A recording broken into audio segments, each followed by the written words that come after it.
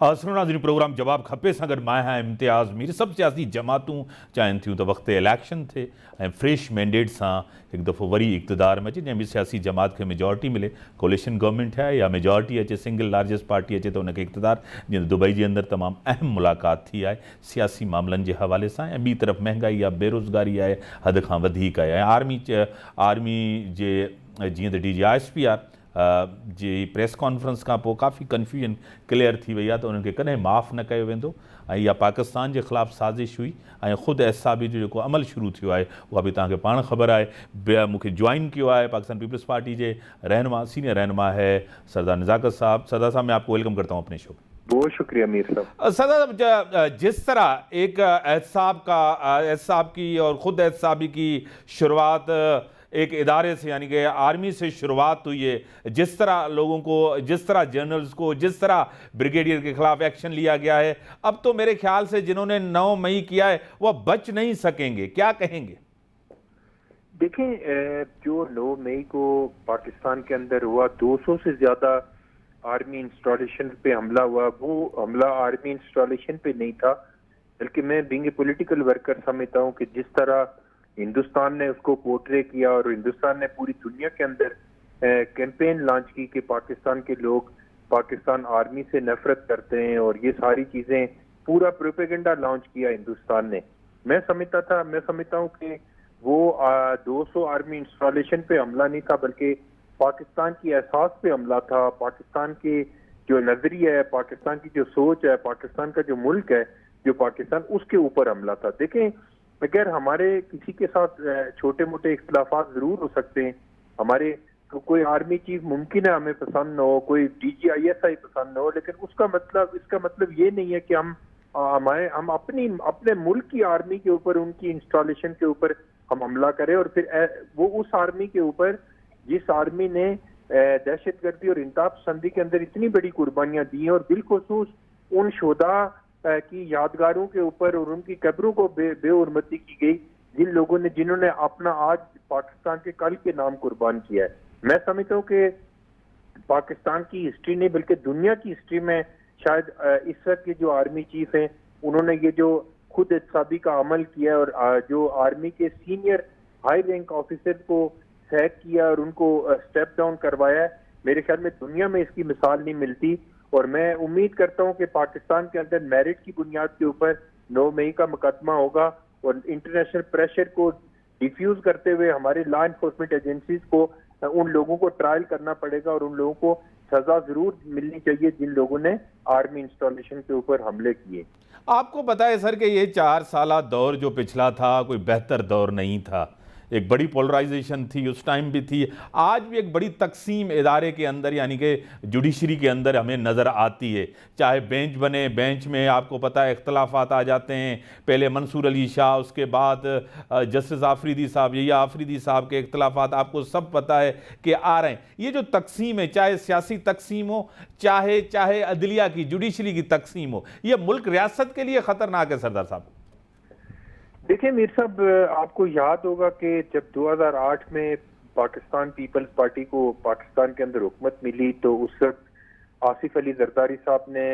मुल्क के larger interest के लिए उन लोगों के साथ भी रिकंसिलिएशन की बात की जो पीपल्स पार्टी की बुनियाद के खिलाफ थे, जो बुनियादी तौर पे पाकिस्तान पीपल्स पार्टी के कारकुनों के ऊपर जिन लोगों ने हमले किए, उनको सजाएं दी, उनके साथ भी आसिफ अली जरदारी साहब ने पाकिस्तान के अंदर रिकंसिलिएशन की बात की। वो क्यों की? वो इसलिए की कि मुल्क के लार्जर इंटरेस्ट के लिए, और ये उस वक्त की जरूरत थी। और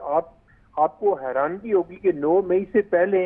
आसिफ अली जरदारी साहब ने और चेयरमैन पाकिस्तान पीपल्स पार्टी बिलावल भुट्टो जरदारी साहब ने असेंबली के फ्लोर पे खड़े होकर रिकंसिलिएशन की बात की। वो कोई रिकंसिलिएशन को एक पॉलिटिशियन या 2 पॉलिटिकल पार्टीज के दरमियान नहीं थी, बल्कि हम ये सोच रहे थे कि पाकिस्तान की तमाम political forces, military establishment, civil bureaucracy, हमारी जुडिशरी और तमाम लोग मिल बैठ के मुल्क के लार्जर इंटरेस्ट के लिए अपने डोमेन को वो डोमेन का तयन करने के बाद मुल्क के अंदर एक रोल अदा करें। मैं समझता हूँ कि इस वक्त मुल्क के अंदर सबसे ज्यादा जरूरत इस अमर की है कि जो मोहतरमा बेनजीर भुट्टो शहीद की रिकंसिलिएशन की पॉलिसी, जिसकी हकीकी तस्वीर आसिफ अली जरदारी साहब ने पाकिस्तान के अंदर लॉन्च की है, और इसी वजह से आज पूरे पाकिस्तान के अंदर आसिफ अली जरदारी साहब से बड़ा लीडर कोई मौजूद नहीं है, जिसके ऊपर पूरा पाकिस्तान बिलीव करता है कि आसिफ अली जरदारी साहब वो वाहिद लीडर हैं जो मुल्क को आगे लेके जा सकते हैं और मुल्क के अंदर जो इंतशार की सियासत है वो उसको खत्म कर सकते हैं। मैं समझता हूँ कि पाकिस्तान के तमाम इदारों के अंदर मोहतरमा बेनजीर भुट्टो शहीद की जो रिकंसिलिएशन की पॉलिसी है वो उसको अडॉप्ट करना चाहिए और उसको अडॉप्ट करके आगे जाना चाहिए। बिलखुसूस आपने जिस इदारे की बात की उस इदारे के अंदर भी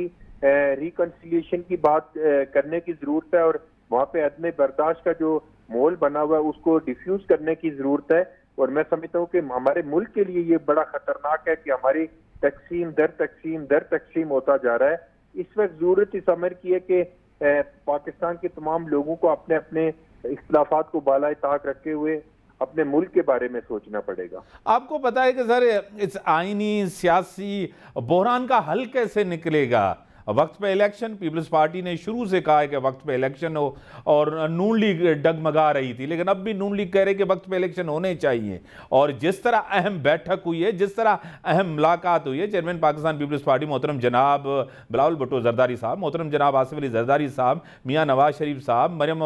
मरियम नवाज साहिबा, जिस तरह दुबई में अहम मुलाकात हुई है कि आगे करना क्या है। आपको पता है आइन कहता है कि वक्त के अंदर यानी वक्त पे इलेक्शन होना चाहिए। वक्त पे इलेक्शन होने जा रहे हैं? मीर साहब, मैं ये बात आपको पूरे कॉन्फिडेंस के साथ कह रहा हूं कि पाकिस्तान पीपल्स पार्टी के चेयरमैन बिलावल भुट्टो जरदारी साहब और आसिफ अली जरदारी साहब और हमारी तमाम सीनियर लीडरशिप इस चीज पे कन्विंस है कि हमने टाइम पे इलेक्शन करवाने हैं पाकिस्तान के अंदर। और एक चीज का मैं आपको मजीद आपकी मालूमात में और आपके व्यूअर्स की मालूमात में इजाफा कर दूं कि जो दुबई के अंदर मीटिंग हुई है उसमें ये चीज भी डिस्कस हुई है कि मुल्क के अंदर जिस पार्टी को सिंगल लार्जेस्ट पार्टी जो बनेगी पाकिस्तान के अंदर उसको हुकूमत बनाने का मौका भी फराहम किया जाएगा और उसको एक सॉफ्ट कॉर्नर भी दिया जाएगा कि वो मुल्क के अंदर आजादाना तौर पे हुकूमत कर सके। ये अगर आज पाकिस्तान के अंदर इसी साल अगर इलेक्शन होते हैं और जो भी पॉलिटिकल पार्टी पाकिस्तान के अंदर बड़ी पार्टी बन के उभरेगी उसकी तमाम पॉलिटिकल पार्टीज और तमाम लोग मुस्लिम लीग नून पीपल्स पार्टी समेत तमाम लोग उनको सपोर्ट करेंगे। ये बातें सारी तय हुई हैं और इंशाल्लाह मैं आपको यकीन दिलाता हूं कि ये इलेक्शन ईयर है और इस साल इलेक्शन होगा। और ये भी मैं आपको गुड न्यूज देता हूं कि पाकिस्तान के अंदर पाकिस्तान पीपल्स पार्टी पाकिस्तान की सबसे बड़ी पॉलिटिकल पार्टी बन के उभरेगी और पाकिस्तान पीपल्स पार्टी के चेयरमैन बिलावल भुट्टो जरदारी इंशाल्लाह आइंदा पाकिस्तान के प्राइम मिनिस्टर होंगे। बड़ी मेहरबानी सरदार साहब, टाइम ब्रेक जो टाइम था ब्रेक हम पता